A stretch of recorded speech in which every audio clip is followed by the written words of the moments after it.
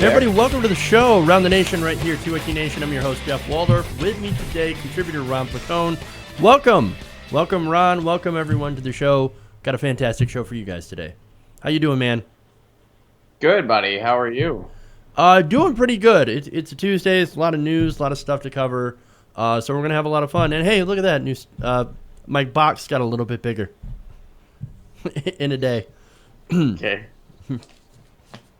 So yesterday, I had a lot less of these panels. So I was a little boxed in, feel a little claustrophobic, but I fixed it. So I'm doing a little bit better. All right. So, Ron, how was your week? How was your weekend? My week was pretty good. My weekend was also pretty solid, and yeah, I don't know. I'm kind of running on E a little bit. We had a live show last night, and it was a really good one. It was at the Hollywood Improv. It was really fun.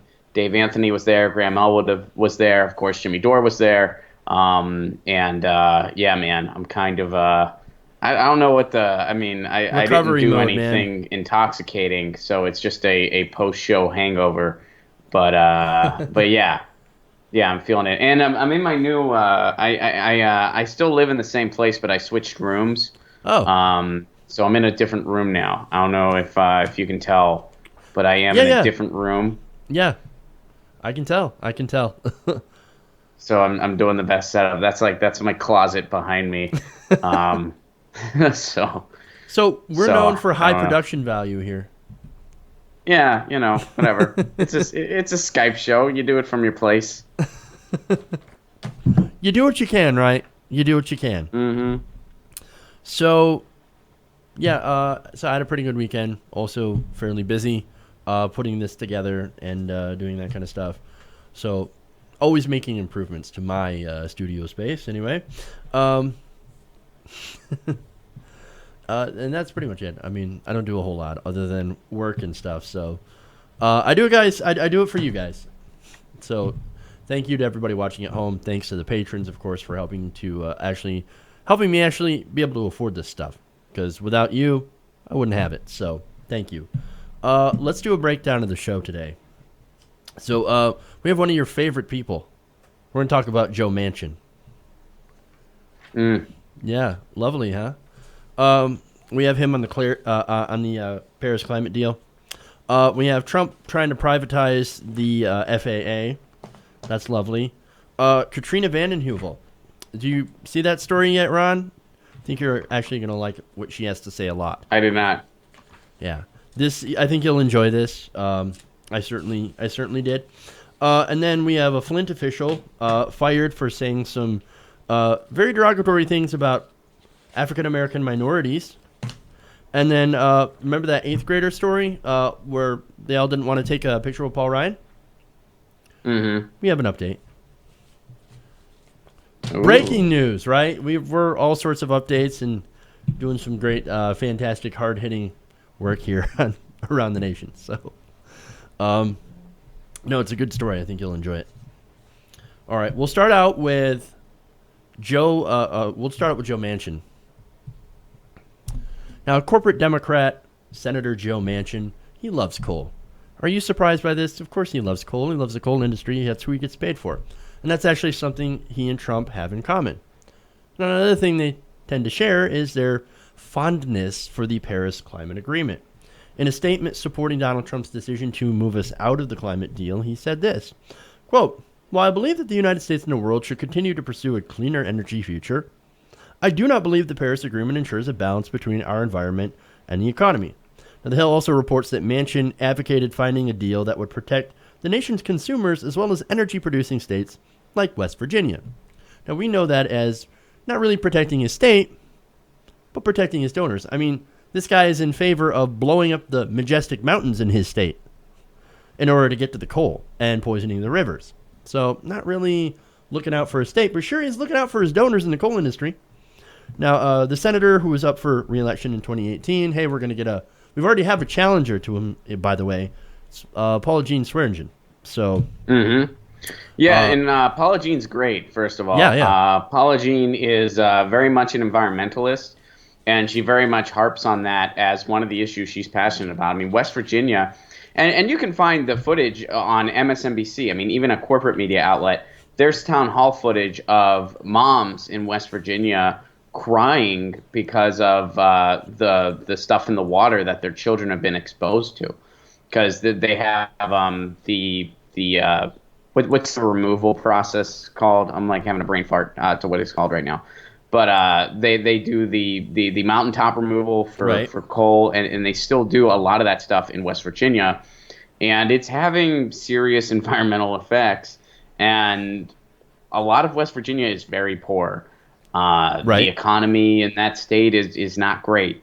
And I used to live out that way. I mean, I grew up in Pittsburgh, so when I was on the road, I would do a lot of shows in West Virginia. I went to West Virginia a good bit. Sometimes it was for colleges, sometimes it was just for whatever. That's a struggling state.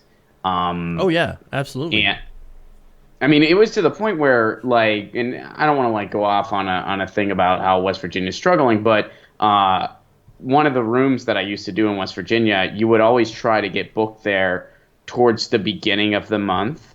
As a comic, you would want to try to get booked there towards the beginning of the month, and the reason for that was because a lot of times that's when people would get their welfare checks. Yeah. So they were more likely to buy your merch, like buy a CD from you or buy a T-shirt from you because they Right. had just gotten their check. Right. So it's a very struggling area. There's not a lot of jobs there, et cetera, et cetera. So a lot of these people find themselves in a desperate situation where they have to have these jobs that have serious environmental hazards on their health and their communities, but there's nothing else. And that's a state that would benefit so much from a Green New Deal. And someone like Apollo Jean, she knows that, she sees Oh yeah. that, and she's a West Virginian through and through. And Joe Manchin is one of the most blank suit dino corporate Democrats of them all. I mean, he's not a he's a Republican. Mhm. So, hopefully she primaries him out. Yeah, absolutely. So anyway, what he was also saying is that he was calling for incentives to further develop fossil fuel technologies. And my question to that is, why develop something that's dying?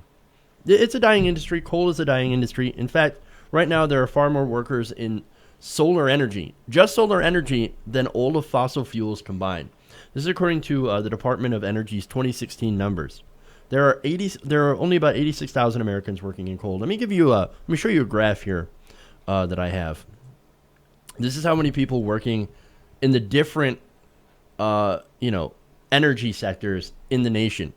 Look at solar. 373,807 people, old jobs, and then 86,035 for coal, 52,000 for natural gas. And look at wind power, man. Wind power beats out coal. There's more people working in wind than coal. So, that's not where the jobs are. Coal is not where the jobs are. Oil is not where the fossil fuels. It's not where the careers are. It's not where the good jobs are. And yet we're continuing to have senators that are barely Democrats or call themselves Democrats, which are really Republicans, as you point out, continuing to push this technology. And why? Well, it's because it's their donors. I mean, you have Joe Manchin's highest donors. Number one, mining. He got $343,850 in legalized bribes from the mining industry. Number three, electric utilities, his third largest donor, $269,000. Lobbyists, just general lobbyists, $186,000. Number six, oil and gas, the sixth largest donor, $182,000. So this guy he's for sale, and they Oh, have big taken time. advantage. But what's funny is that you just saw coal is dying, right? In fact, you even have the earlier today, to try to justify cutting energy and pulling out of the Paris Agreement, you had EPA Chief Scott Pruitt claiming on some of the Sunday shows that the coal industry has grown by 50,000 jobs over the last few months. So wait, you're saying that since there's about 86,000 I pointed out. Let me bring the graphic up. Again, 86,000 people working in coal. That means there was only 30,000 people working in coal earlier. That's insane. 50,000 people in the last few months. That's a complete and flat out lie from Scott Pruitt. And what's even more funny is that inside the Trump administration, you had Gary Cohn out there, who is inside the Trump administration, saying coal doesn't even make that much sense anymore. Quote, if you think about how solar and how much wind power we've created in the United States, we can be a manufacturing powerhouse and still be environmentally friendly. That's Gary Cohn. That's a guy that's inside the Trump administration. It's Yeah. amazing. Well, I mean, I think more and more people are realizing it's a dead end. And the one sort of uplifting thing about everything that's gone down with the Paris Agreement is now people are really pissed off, and states and cities are taking it into their own hands. Like, what is it? Like 60 cities made these commitments for sufficient energy. Like I know here in California, by 2045, we want to reduce emissions by pretty significant amount and be way more energy efficient. Yeah. My hometown, Pittsburgh, recently responded to Trump's comment of "I serve Pittsburgh, not Paris," or whatever it was he said. They responded to that saying, "Well, actually, we stand with the Paris climate agreement." Our Pittsburgh's mayor, who's a good guy, Bill Peduto. He's actually seen me perform a couple times, and we're fellow progressive buddies, and he is a good mayor.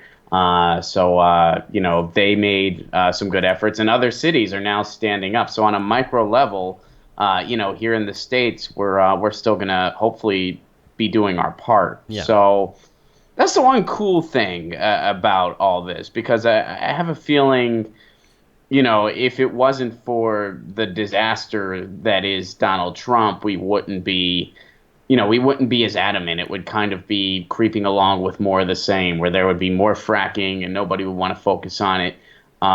So in a way, that is the sort of silver lining through this disaster. Yeah. Yeah. And interestingly enough, you said there were cities and stuff. There's actually 3 states that are joining together to try to hit those goals from the Paris Climate Agreement. You had New York, California, and Washington all joining together in the Climate Alliance. And I talked about that last week. But something I don't think that gets brought up enough, and I think it kind of dovetails into one of your points, is that the Paris deal, as it stood, wouldn't have hit the goal as we needed. Like, it wouldn't hit the climate goal. Now, it was good to get these nations on board, but remember, it wasn't even binding. It was a non-binding agreement. And in order to really hit any of the goals that we have to hit to avoid the most catastrophic effects of climate change, we have to have a massive energy revolution now. We have to cut our energy, we have to cut our carbon emissions now, but nobody wants to do it. Now, onto your point of people, getting a fire up under their ass about this as a positive of the Trump administration, I got a poll I want to share with you. This is from a new Washington Post ABC News poll. It said opposition to Trump's decision outpaces support, and this is for pulling out of the climate agreement. It outpaces support for it by roughly 2-1. 59% oppose the move, 28% of support. Republicans, of course, are not as united in support of withdrawing as Democrats are in opposition to it. 67% of majority of Republicans support Trump's action, but that drops to 22% among independents and 8% of Democrats. Just over 6 in 10 independents and 8 in 10 Democrats oppose Trump's action. So now this is on the radar, right? And when it's on the radar, there's progressives that can get people to rally behind them on doing more than just hitting what the Paris Agreement was. Because again, I think we can both agree that wasn't enough.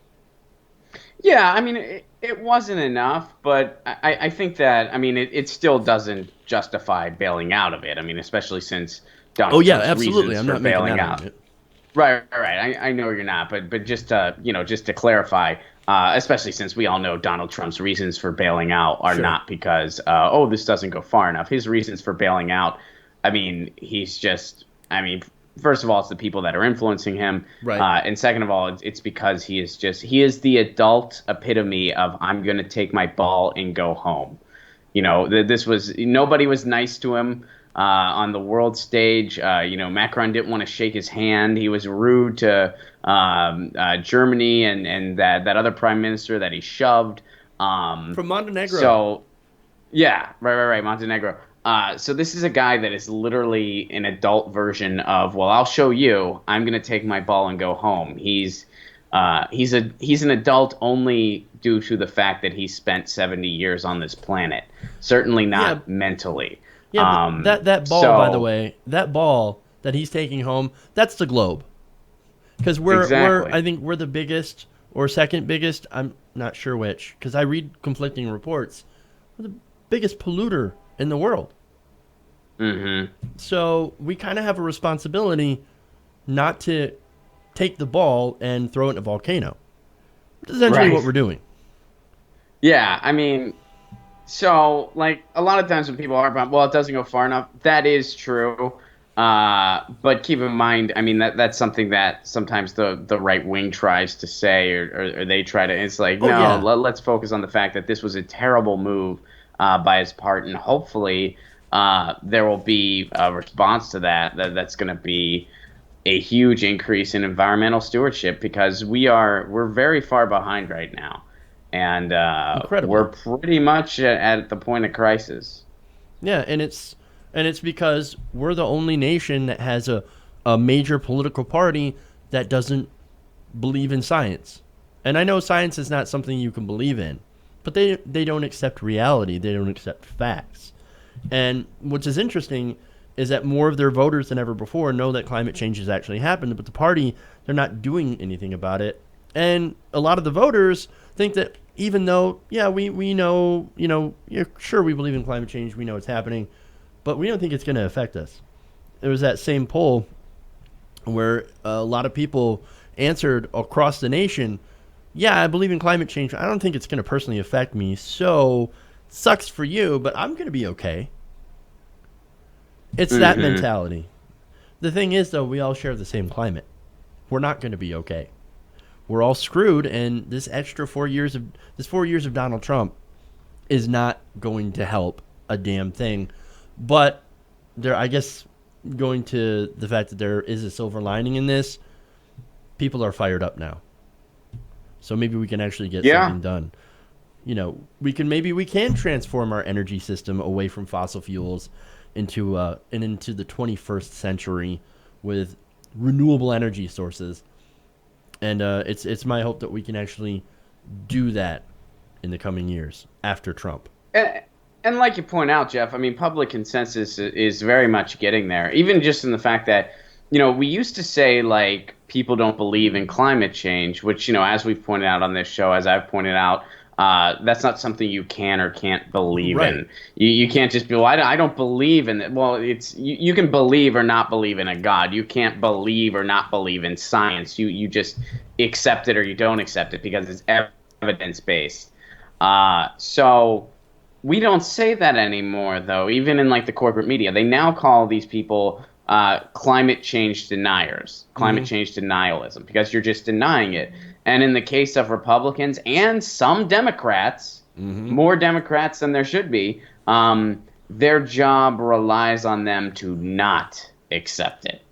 They have a lot of incentives to not accept it, and that's why they don't. But the world at large does accept it. Most people do accept it. So yeah, I think there's a certain awakening that we didn't have during the Obama years. That we've never really had before. I don't think Mm-hmm. it's all just because of Trump, but I think Trump certainly lit a fire under a lot of people's asses, which is not a bad thing. So yeah, I mean, hopefully on a micro level, we're really gonna combat some of this because yeah, we need to do something.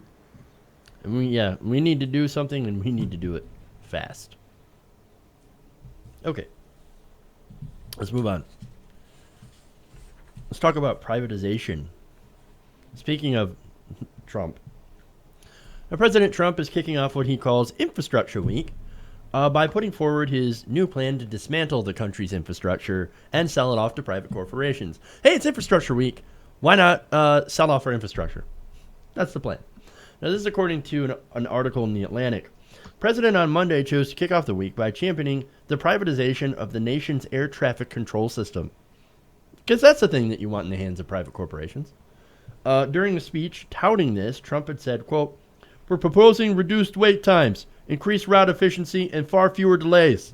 Our plan will get you where you need to go more quickly, more reliably, and more affordably, and yes, for the first time in a long time, on time." There's no way he wrote that. "We'll launch this air travel revolution by modernizing the outdated system of air traffic control. It's about time." Absolutely no way he wrote that. So my question is, how is adding an extra layer of bureaucracy going to help? Now you might think like bureaucracy is only for government, right? No. Bureaucracy also exists in corporations, in the corporate structure. Because think about it, you'd be adding a board and shareholders into the mix that now have to worry about profit. Mm-hmm. And you're going to be shifting over to cost-cutting policies. Now, cost-cutting policies usually mean one thing, right? Let's get rid of labor. Let's cut down our staff. So now you have less staff, longer wait times, and as a consequence, less safety. But of course they're going to do this because this is going to add a lot of money to somebody's bottom line. And that's Right. the important thing.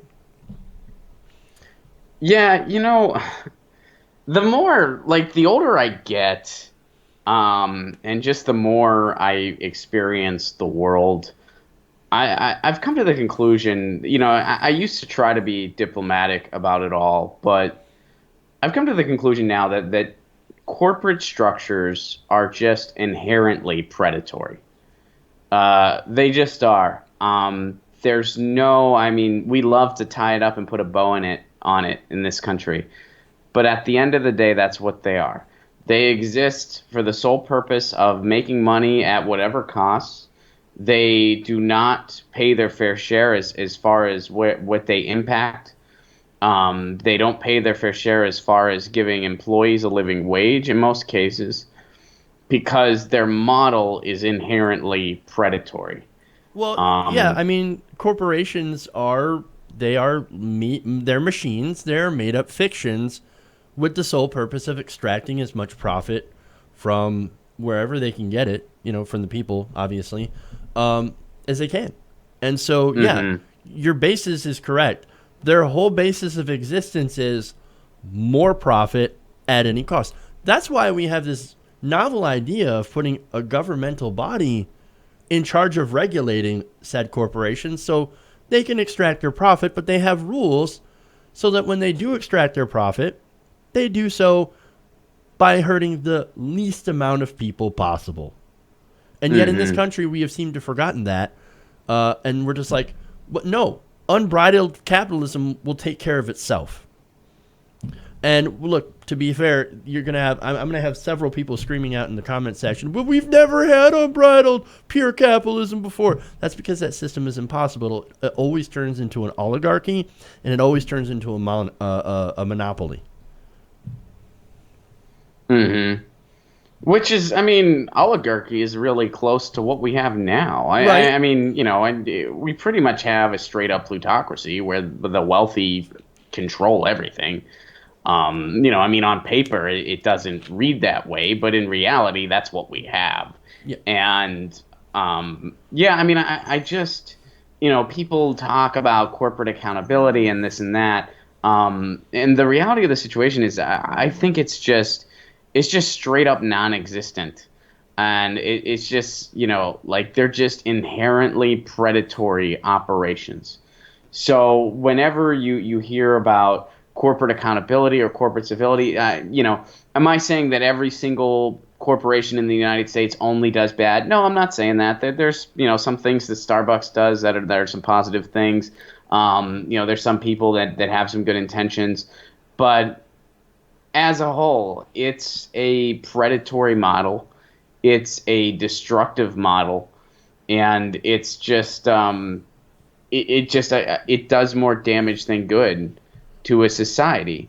And my proof for that is that we live in the richest country in the world, where half the country is poor, where wages have not kept up with inflation at all, and lack of regulations has allowed that to happen. We also have an environment that's in the shitter because these corporations, i.e., Walmart, is pillaging the environment without any consequence. And the oil and gas industries are doing the same things. These are not sustainable, responsible businesses. These are predators. These are parasites. And that's what the corporation does, because that's what their model calls for. They consider that successful. But that's not successful. That's not being an ethical business. There's nothing wrong with being financially sustainable, with making money so that you can live comfortably, so that the people that work there can live comfortably. There's nothing wrong with financial sustainability.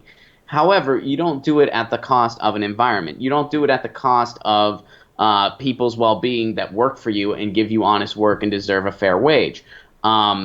That's predatory, but the corporation, just in its essence, awards that predatory behavior and or rewards it. And Mm-hmm. it's time to just recognize that as just a farce. And I've gotten to that point in my life where I just, it's just the bad outweighs the good. I mean, people make well, it employs people and this and that. I'm like, yeah, but at what cost? And it's just not the way we ought to be doing things. Yeah, it's they prioritize short-term profit over long-term anything, whether it be the long-term effects on the environment when it comes to oil companies, or the long-term effects on its customer base, or the long-term effects on, I don't know, income inequality, for example, when they don't decide to buy politicians to lower their taxes, and so they don't pay their fair share. They have no long-term thinking. It's all about, how do I make more than the next company over there this quarter?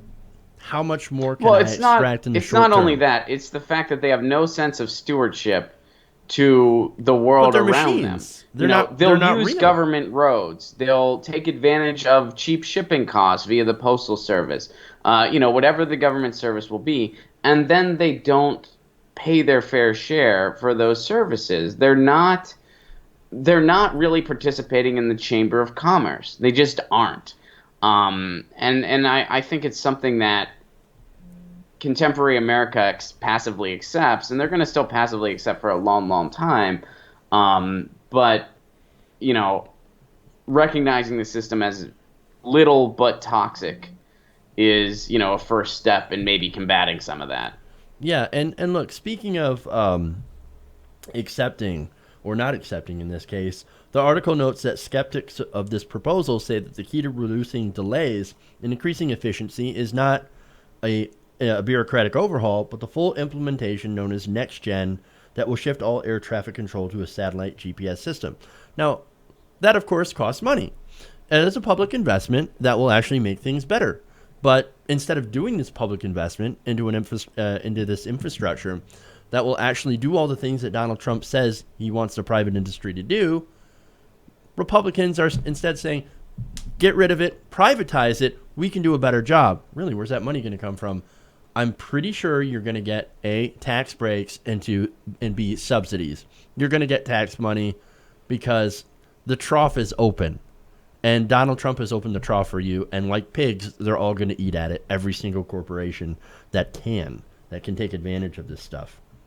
Now, the thing is, the shift they mentioned in the article, slow and costly, which has led Republicans to call for getting the government out of the way. So another point on this is that, so they think that we're spending too much on upgrades, right? Which will do all the things again that Donald Trump said he wants this privatization scheme to do. But here's $1 billion, a couple billion for a war. Here's a couple billion in tax cuts for the rich. And here's some corporate welfare for you. Wait, we don't have the money? No, we're spending money. We're spending in all the wrong places. And look, right now, funding for air traffic control, by the way, is collected from taxes on fuel and airline tickets. This scheme would transform that to a user fee model that would be established by a 13-member board. So there's your bureaucracy. and there's something that's going to cost the consumers even more. Now, this is his infrastructure plan. This is the Trump plan, right? Remember how they were talking about, $1 trillion worth of infrastructure. That's actually not going to happen. No, it's never going to happen. Instead, he made cuts to infrastructure, and there's going to be, just $200 billion in investment that he's going to give in tax breaks to giant multinational corporations and let them take over rebuilding our infrastructure. And this is the first plan of that. And by the way, in his infrastructure projects, I did a story sometime last week where the Blackstone Group was getting money from Saudi Arabia, right? And so they had this whole deal while he was visiting Saudi Arabia, and Blackstone would get all the contracts. Well, since Blackstone's getting the contracts and Saudi Arabia is funding Blackstone, they expect a return on investment through Blackstone. Well, so imagine if Trump and the Republicans get their way and they do this infrastructure project, right? And you have private corporations like Blackstone going and fixing up roads and bridges and then putting toll booths up to recoup their investment. Well, one of their shareholders happens to be Saudi Arabia. So when you pay a toll, part of that is going to go back to a Saudi prince. Mm-hmm. Isn't that amazing? You're essentially your road is going to be partly owned by Saudi Arabia, since they're an investor. Now, that's a country that, of course, I don't know why they're our ally. Jimmy Dore broke it down pretty well when he talked about Iran and Saudi Arabia, okay? And just how bad of an influence Saudi Arabia has been in the Middle East in spreading terrorism. 15 out of the 19 9/11 hijackers came from Saudi Arabia. They've been funding, Salafist and a radical, Muslim extremism in the Middle East for decades at our urging. That is who Trump is going to say owns a stake in our roads and bridges and our infrastructure in America. That is insane. Mm-hmm. Tell that to a right-wingers should be like, their hair should be on fire. Oh, the Muslims are going to own our roads. We're going to be paying for terrorism. But nobody seems to care. Nobody seems to understand. Yeah. Because it's like, no, we got to give this to private corporations who can be funded by outside governments. Like North Korea could fund Blackstone. And then we would have to be paying Kim Jong-un. Part of our toll road or toll bridge fee would go to Kim Jong-un. That's crazy. Yeah, I mean, the right is blindfolded by the fact that, they're fed this, it's privatizing something, which is a good thing. It's getting the government out, which is a good thing. That they ignore the rest. They ignore the potential conflicts of interest, the other entities involved. Your average Trump supporter is going to ignore all that stuff. They're just going to hear, it's going to make it better. It's going to privatize it. It's going to get government out. Great. He's an outsider burning down the system. That's what we wanted. Yeah, to their own detriment, though. As I said, they're... Oh, absolutely. Absolutely. I mean, as shitty as air travel is right now, handing more power to giant corporations and then now foreign governments kind of seems like the opposite. I mean, we would end up having likely worse service, more delays, on top of more expensive fees. Air travel is bad enough as it is. Why are we going to go and make it worse? Deregulation is what got us to this point in the first place. Mm-hmm. And it's not going to get us out. All right. Let's move on. I think you'll enjoy this next one. This is Katrina vanden Heuvel. Now, with the release of the NSA documents on Russian hacking during the election by The Intercept, and of course James Comey testifying later this week to Congress, you have the Nation editor, Katrina vanden Heuvel, out there warning Democrats not to lose sight of Donald Trump's agenda by focusing too much on Russia. Let's take a look. Democrats are making a mistake going in Russia, Russia, Russia all the time for two reasons. One, you're distracting from Donald Trump and the Republicans' mean-spirited predatory agenda. tax cuts for the richest, hurting the working class, building up a military defense budget, squandering diplomacy, and deregulating the economy for the sake of the richest.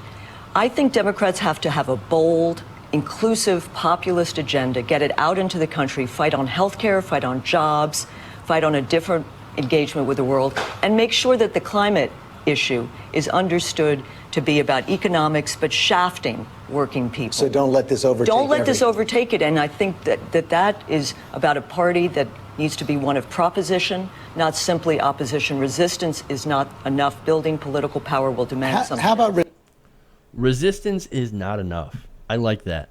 I like a lot of things that she said. In fact, it's actually incredibly refreshing to hear someone on television say that, well, hey, man, there's a lot of news about Russia. We got a Trump presidency that is still attempting to do a lot of horrible things. Maybe we should focus on not only fighting that, but putting forward a bold progressive agenda. I like that. That's Amen. awesome. Yeah, some of us have been saying that for months now. Some of us have been saying that for a long, long time now. And you know, like we've said before, I mean, when it comes to the whole Russia thing, you know, not many people on the left are saying, oh, don't do an investigation. Right. You know, we're saying, yeah, that's fine. Do your investigation. Let's look into things.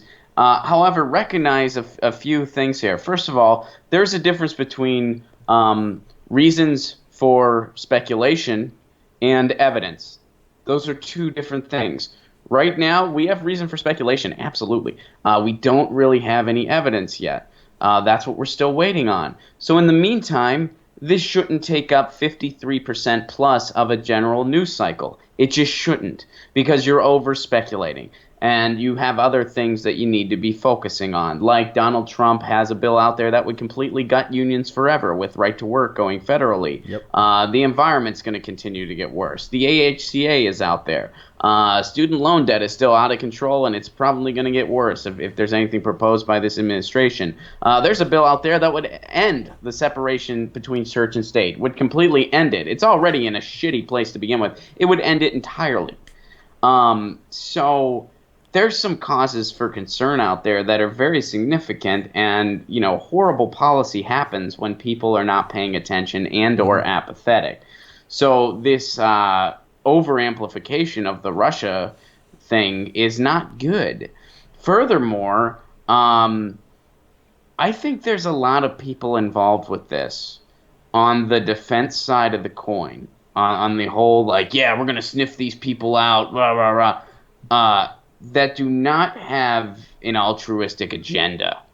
I think there are people that are involved with this that go on MSNBC every opportunity they get to talk about what the spies are up to talk about their fancy pants defense careers. They don't have good intentions here. They're not trying to find out whether or not our democracy has been hijacked. They're hoping to get their page in the history books of somebody that hopefully brought down a president. And they're taking advantage of people on the left that I think are still good progressives, but are a little misdirected in their focus right now. Yeah, because think about and it. are over-amplifying the Russian thing. I really do feel that way. I'm not going to name specific names at the moment, but there are members of the corporate media that you can see on MSNBC all the time that I think have very negative agendas with this whole thing. And there's progressives now that think these people are their friends. These people are not your friends. These people are not your colleagues. These people are not on the same side of the fence as you. These people are defense-hungry, war-loving Republicans that don't have your back at all. And you think they do because you really want Trump to go down for collusion. And I understand that. However, I feel like your energy is not directed in the entire proper place right now. And let's consider, too, you know, the fact that if Trump goes down, well, all he is just a figurehead at this point.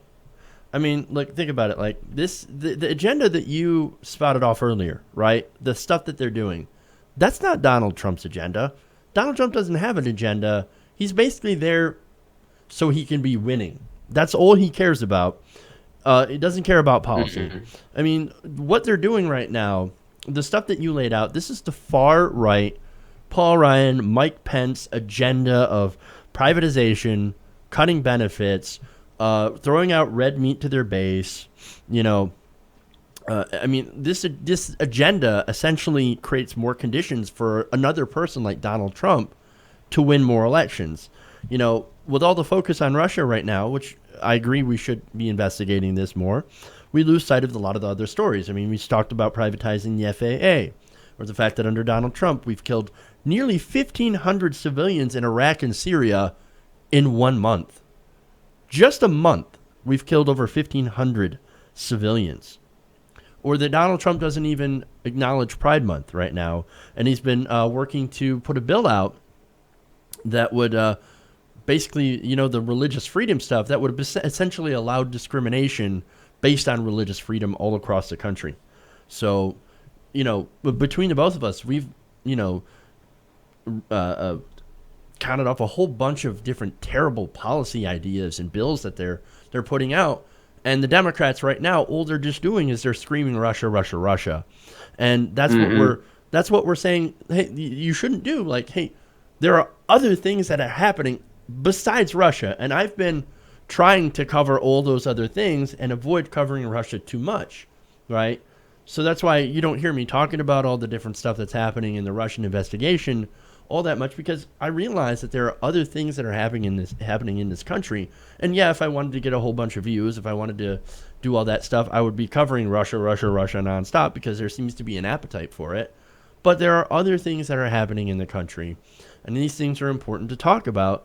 And so not only that, but the corporate media's got it on lockdown. I mean, MSNBC is literally spending over 53% of their time on nothing but Russia. So, we don't really have to put a ton of energy into it until there's actual conclusive evidence, if there ever is. And a lot of the people that are peddling this, that are on top of it from the defense side of the coin, you ask them, they're like, give it a year, give it 2 years, give it, and it's not because they're working, it's because, this is serving their agenda. They're profiting off of this. They're profiting off of the naivety of establishment Democrats and other people on the left, that maybe their heart's in the right place, but right now their head is not. And they're over-amplifying Russia while ignoring everything else. And if nothing comes of this and nothing happens to Trump, which there is a chance that's how this all will end, we couldn't impeach a war criminal. You think we're going to get Trump on something that we don't have conclusive evidence of yet? And it's not like Trump's a smart guy that would really be great at covering his tracks. You mean he's not like a smart person? No. No. So, again, if evidence comes up tomorrow, then that's the case. I'm not saying that it's not going to. I'm just saying, we don't know at this point. And realistically, there's not a ton of reasons to be super optimistic. And I think there's some people out there pulling the wool over the eyes of people that just want this. They want to see this guy go down for collusion so bad that they're ignoring all the horrific things that could potentially happen.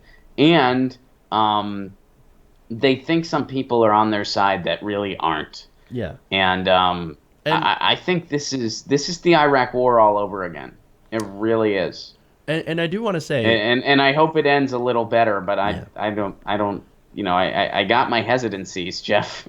And I do want to say that it's not that we shouldn't talk about it at all. There are some people out there that say, no, let's not talk about Russia whatsoever. There's the complete fat nothing burger.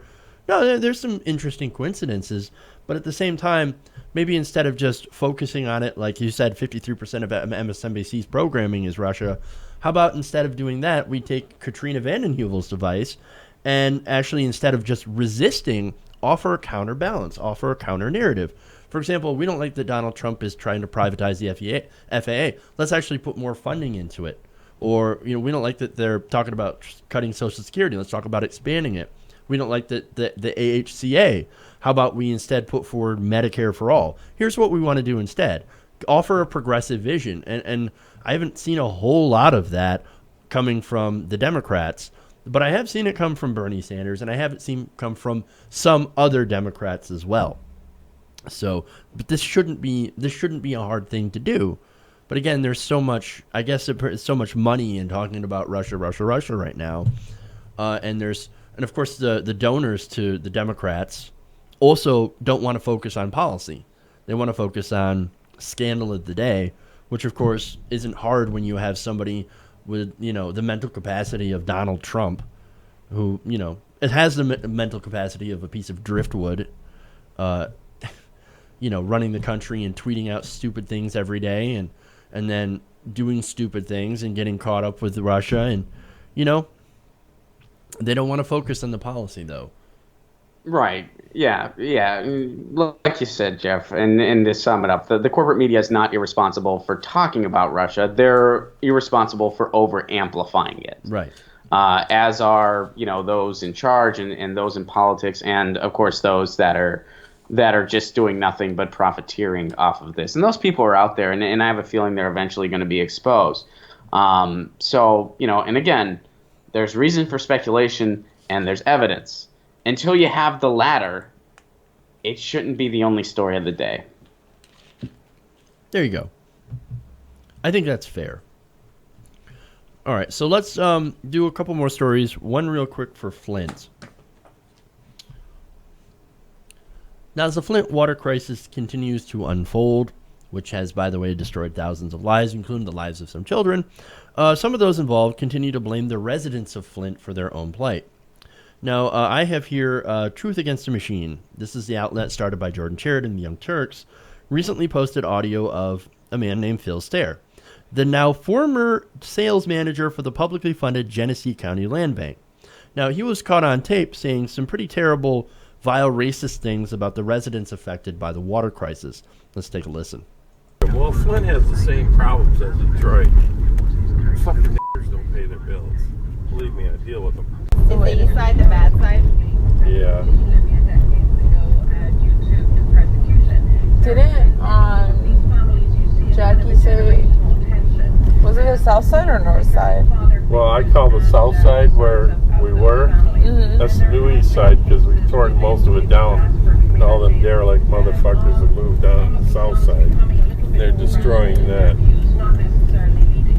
Who is? The fucking deadbeats, when they tear the houses down, they gotta go somewhere. And they go on the south side. It just shifts. It just shifts the shit. The people are still the people. They fuck the houses up, and they leave, and then we tear them down. They just go somewhere else and fuck those houses up. Hell, I bought my house for $23,000 in 1981, and they sold that house right there for $4,000 about 4 years ago. So 30 years it didn't, but The property. it doesn't owe me anything. So, like, did this used to be like a white neighborhood? It's still white. Well, this street isn't so much, but overall it's pretty white. So that's just part of the audio that Truth Against the Machine had actually posted. You can check out the full video. We'll have that in the description. But that first part, racism. What racism? It's just the N-words that don't pay their bills. What, you expect these people to pay for poisoned water? And by the way, this guy, he resigned afterwards after this came out. But this was somebody who actually was paid by public money.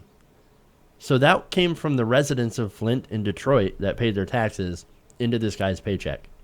Just saying, this was a public servant, and he is not. And he is not, definitely not serving the public. If that is what he thinks about the public he's supposed to serve. Mm-hmm. Yeah, I couldn't hear the video. Some of our viewers know that I couldn't hear the video, so I you're gonna have to summarize some of it for me. Okay. Basically, yeah, he said the problem is with Flint is the same as Detroit, that the N-words don't pay their bills. And then he started talking about how these derelict motherfuckers have moved down to the south side after they destroyed the east side or whatever, because they ended up tearing it all down. because they're just, naturally bad people. And they essentially blame them for what's happening down in Flint for messing it all up. This guy seems like quite an intellectual, and I gotta say that derelict motherfuckers. That's an interesting one that I think we need to. I mean, that's like you're using I would say a pretty impressive GRE word, derelict, and then going to motherfuckers. It's like that's like an esoteric shitbag. Am I right? Like, what is this guy?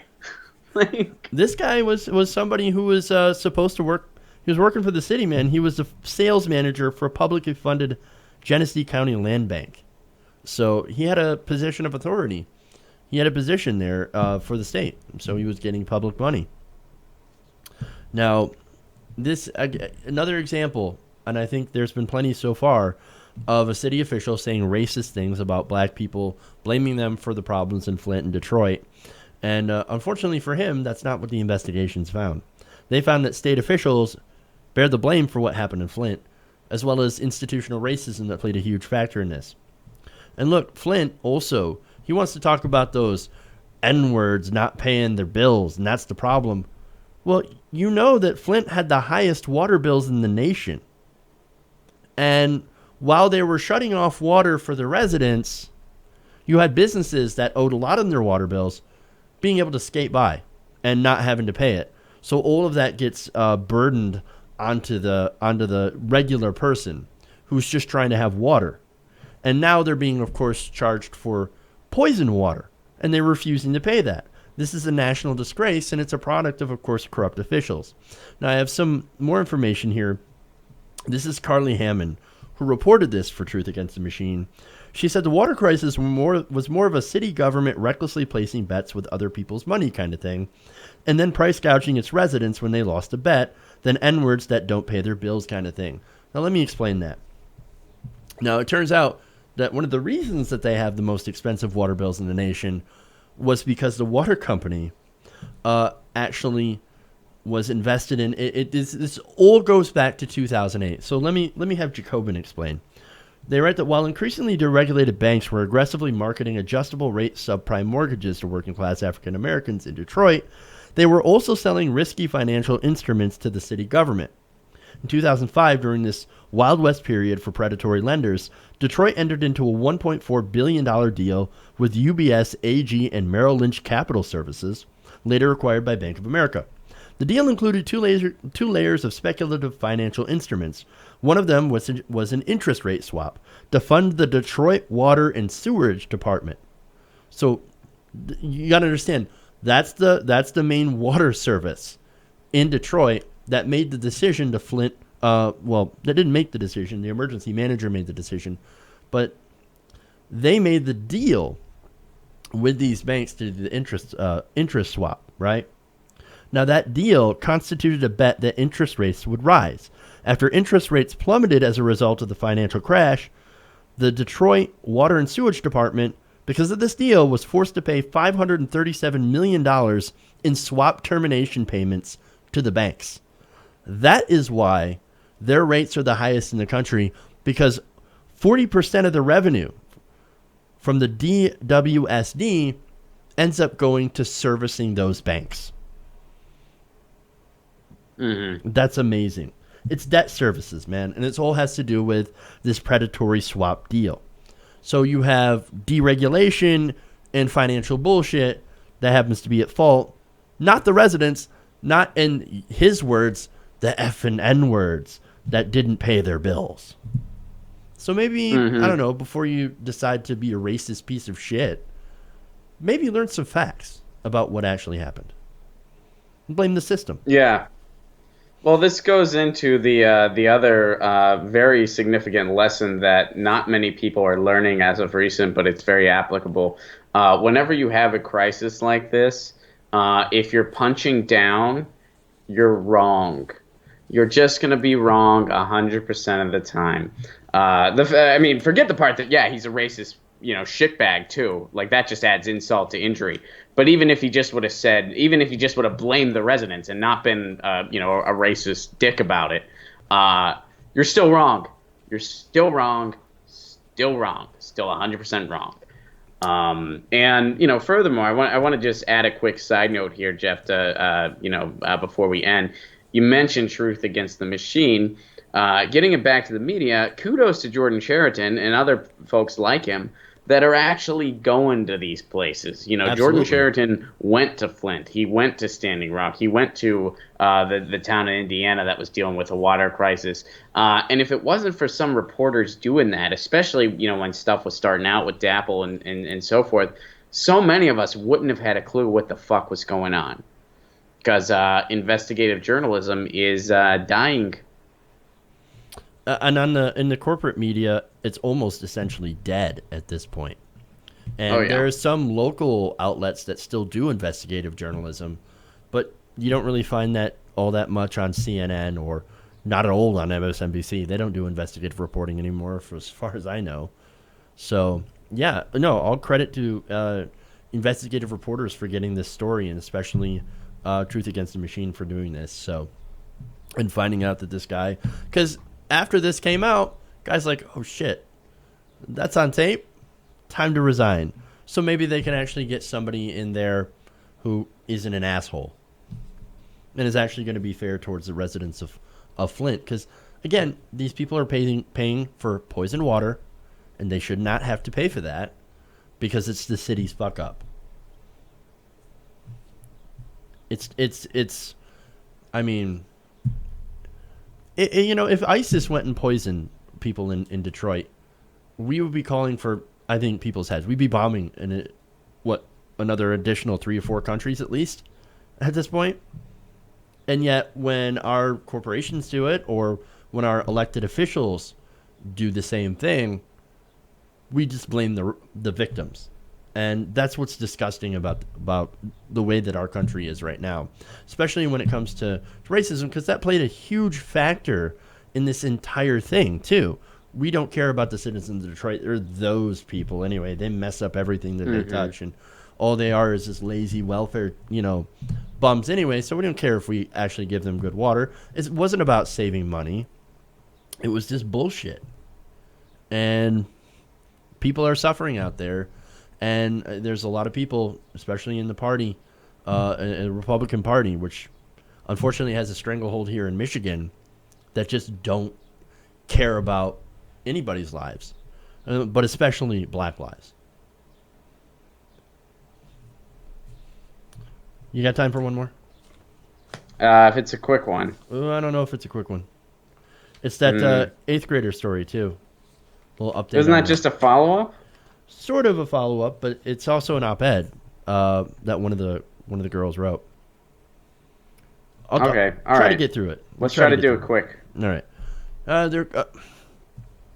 a group of teenagers that refused to take a picture with Paul Ryan ended up receiving a lot of criticism, and now they're speaking out again. Now, recently, of course, we reported that dozens of 8th grade students from South Orange Middle School in New Jersey had declined to pose for a photograph with Paul Ryan during a trip to Washington. Now, they did get some praise, but they also got a lot of criticism for standing up for themselves. Some said it was disrespectful, disgraceful. Others said that they were just indoctrinated by their teachers and their parents and didn't actually know anything. One person actually called these children losers and sniveling little brats. Well, that's nice. One said, "It's a shame our country is coming to this. 8th graders can't even respect our elected officials." Another individual wrote, "Few of these kids are actively engaged enough to name one piece of legislation they have specific disagreements with, and instead parrot their parents' and teachers' talking points." Another one said, "How did those 8th graders get so brainwashed to understand the politics of today and decide who is the villain?" And another one said, "It must be the teachers. I suggest this is the work of the teachers, useful idiots that they are." So, wow. Yeah, and I remember seeing a tweet after we did the segment last time saying that they're not capable of making political decisions on their own because they're only 14. It's not even their own opinion because they don't have their own brain until they're, 20? That's not actually what they said on the tweet, but that's kind of the opinion. So, now, first off, I think that that's wrong because it infantilizes young people. who are actually smarter than some of us old people give them credit for. Just saying. Now, to one of the kids, in the face of this criticism, a girl named Jordan McCrae Robinson decided to reach out to a local newspaper and write an op-ed defending her and her peers' decision. She said, I'm here to tell the nation that although we're only in the 8th grade, we have our own thoughts and opinions. My teachers did not influence my decision to take a picture with Mr. Ryan. I decided I didn't want to take a picture with someone who doesn't have my best interests in mind. Mr. Ryan and the administration want to cut health care for 23 million people. Am I going to be one of the U.S. citizens that will be affected? Now, she also talked to some of her peers as well, one being an LGBTQ plus student, said that, hey, man, I wasn't in the picture because I think if I were, I would feel like I were betraying myself.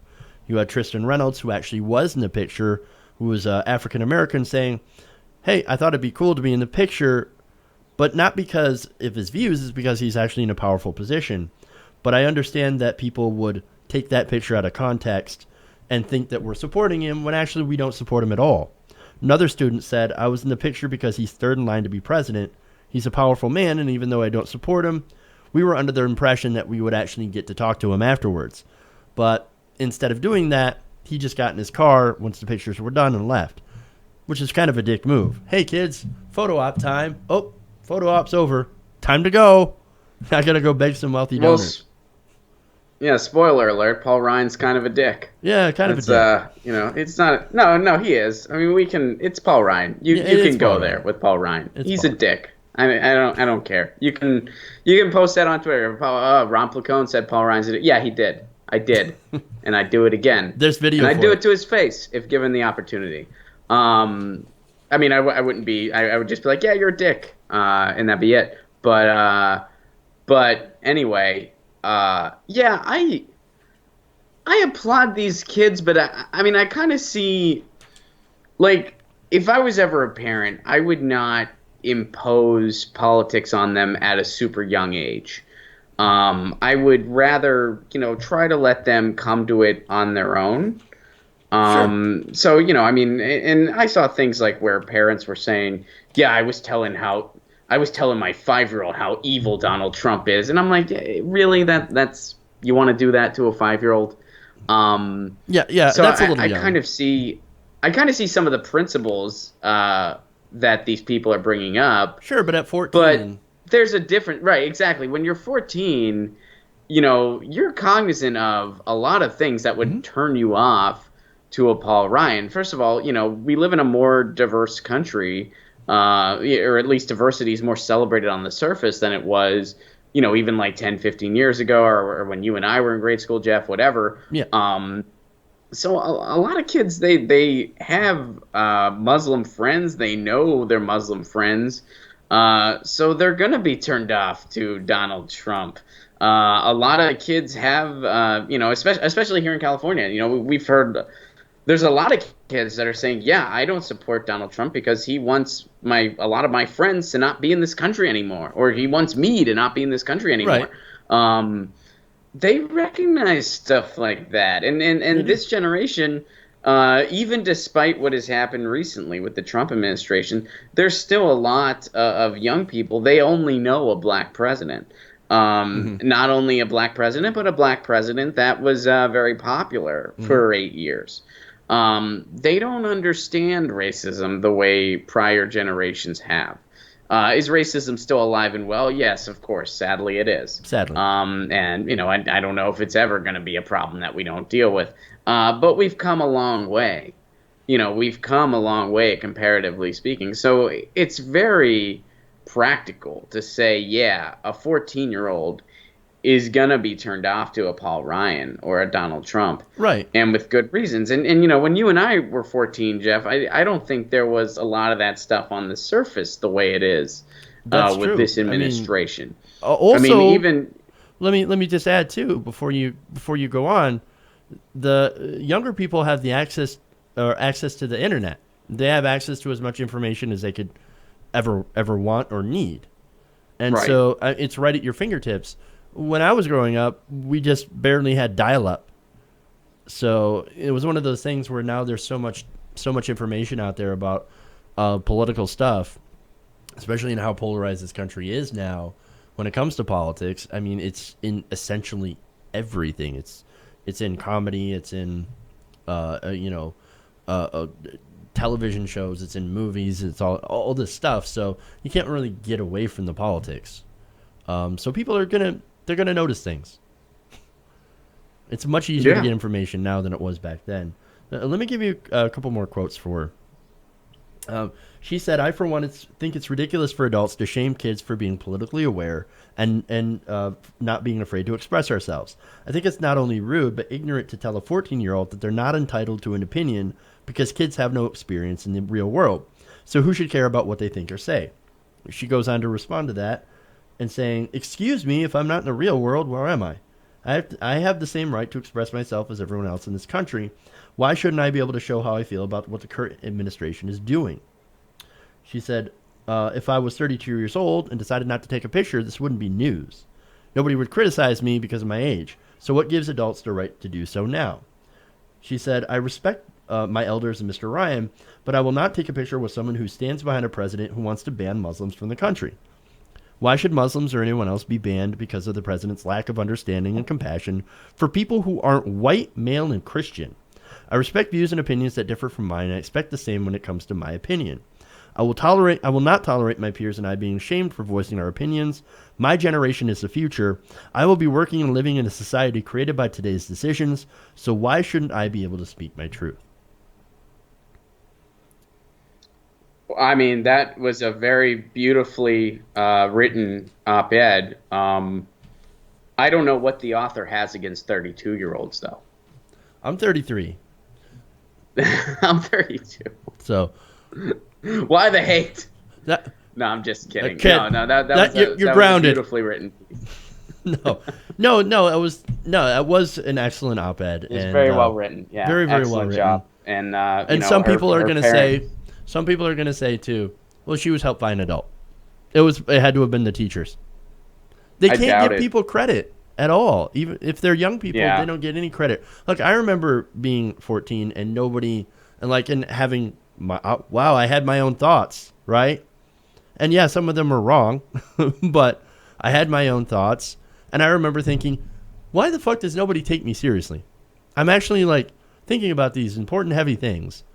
And yet nobody takes me seriously. So I understand how that feels. And I think what's weird is that a lot of these people who are criticizing them don't seem to have that realization or self-awareness that people that young still can have very important thoughts. It's not absolutely. They are I mean,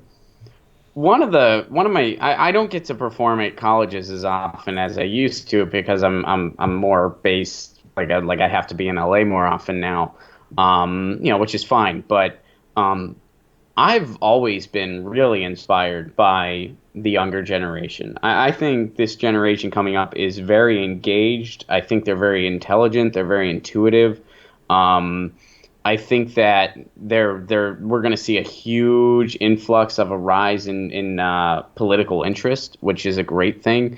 And I think that they have a lot to say. And going on all this, another thing that kind of ties in here that I feel very strongly about, I think the voting age should be 16.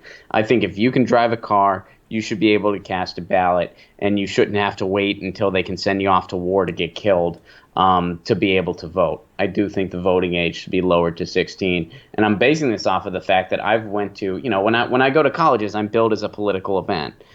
So I get, mostly politically savvy kids that show up to it, which might be part of the reason I'm as optimistic as I am. My sample size might be a bit skewed, to be fair. But yeah, I mean, I think that, and a lot of times during my Q&A, I'll say something like, "Who's going to go out and vote?" And all the kids that raise their hand and say no, I ask them why, and they say it's because they're too young, they can't vote. They're freshmen, right. So they're very interested, they're very involved, but they're not able to cast a vote. So I think people like that young woman should be able to cast a vote now. She's ready now, but we'll make the age 16 just so we have some barrier or whatever. But she should definitely be able to cast a vote in the next presidential. she should definitely be able to cast a vote at the age of. I guess she might be, depending on how far she is at the age of 14. She might be 18 come 2020, so she might be able to vote anyway. You know, I don't know. I don't know what month her birthday is, but she should definitely be able to vote regardless. I think the voting age should be 16, and I do feel very strongly about that. I think the drinking age should be 18. Yeah. But that's a whole, if they can send you off to war to get killed, you should be able to buy a beer. I'm sorry. And if you can, make a decision to, use one of the most addicting products out there, which are cigarettes. I'm not trying to say don't smoke cigarettes. That's your choice. That's your right. But it is very addicting and expensive. If you can make that decision at 18, you should also decide whether or not you can drink a beer. Yeah. Anyway. Well, that makes sense. Don't get me into a discussion about the ages of different things. So I'm pretty much going to agree with you, but I'll rail against people who, think no, you shouldn't do that. But anyway, so that's it, man. That's all we got. Thanks, Ron, for staying after a little extra. I always tend to rope you into it. So thank you. I appreciate that. We'll see you next week. You have an awesome week. We'll see you then. All right, man. Thanks, Jeff. Yep. As for everybody else, thanks for tuning in, of course, and going around the nation with me today. We'll be back tomorrow, same time, same place, right here, youtube.com/TYTNation. Thanks a lot, of course, to the patrons for supporting the show, patreon.com/TYTNation. Follow us on Twitter, TYT Nation, Facebook, same thing, of course. All right, everybody. Thanks a lot. We'll see you guys tomorrow. And remember, love you guys, and change begins with you. Good night, TYT Nation.